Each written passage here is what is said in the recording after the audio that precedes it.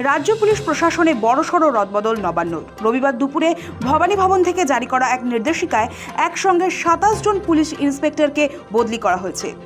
এই তালিকায় যেমন রয়েছেন বিভিন্ন থানার আইসি, তেমনি গুরুত্বপূর্ণ পদে থাকা আধিকারিকদেরও অন্য জেলায় পাঠানো হয়েছে। কোথায় কার রদবদল? সরকারি নির্দেশিকা অনুযায়ী শ্রীরামপুর থানার আইসি সুখময় চক্রবর্তীকে চন্দননগর পুলিশ কমিশনারেটের স্পেশাল ব্রাঞ্চে পাঠানো হয়েছে।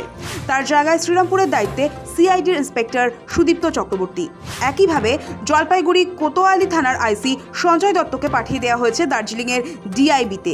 জলপাইগুড়ি কোতোয়ালি থানার নতুন আইসি বিধাননগর কমিশনারেটের মৌমান চক্রবর্তী।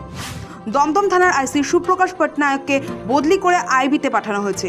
দমদম থানার নতুন আইসি পূর্ব বর্ধমানের হাইওয়ে ইন্সপেক্টর মনোজিৎ ধারা।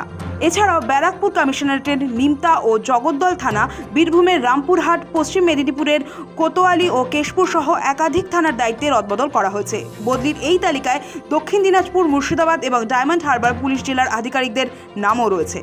রাজ্য পুলিশের তরফে বিজ্ঞপ্তি জারি করে স্পষ্ট বলে দেওয়া হয়েছে, যত দ্রুত সম্ভব নতুন পোস্টিংয়ে যোগ দিতে হবে। উত্তর 24 পরগনা, দক্ষিণ 24 পরগনা, জলপাইগুড়ি, 2 মেদিনীপুর, বিধাননগর, দক্ষিণ দিনাজপুর, হুগলি সহ বিভিন্ন জেলায় পুলিশ প্রশাসনের ভিতরে 27টি রদবদল ঘটেছে। তড়িঘড়ি কেন এই রদবদল?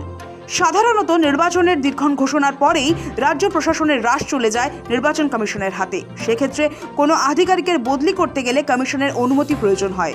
তাই রাজ্যে ভোট ঘোষণার আগেই এই বদলি প্রক্রিয়া সেরে ফেলল রাজ্য সরকার। সপ্তাহ 3 আগেই রাজ্য পুলিশে বদল করেছে নবান্ন।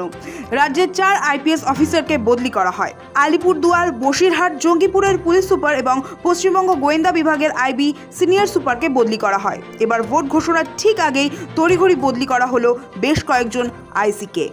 সৌভিক সান্যালের রিপোর্ট, সময় কলকাতা।